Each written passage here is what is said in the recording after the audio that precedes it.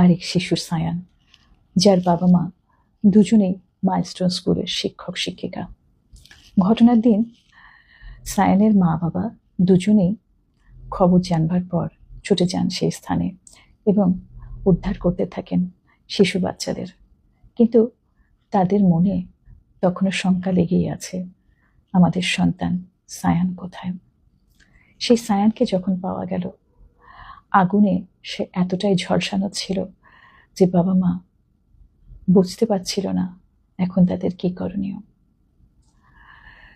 সায়ান ছিল সপ্তম শ্রেণীর ছাত্র এবং সে খুবই নম্র বিনয়ী একটি ছেলে ছিল।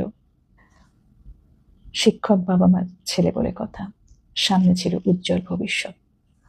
সায়ানের মা বলেছিল, আমার ছেলেটি ছোটবেলা থেকেই খুব ভীত প্রকৃতির ছিল, কিন্তু প্রচণ্ড ঝলসানো শরীর নিয়ে সে তার বাবা মাকে বুঝতে দেয়নি তার কষ্টের কথা।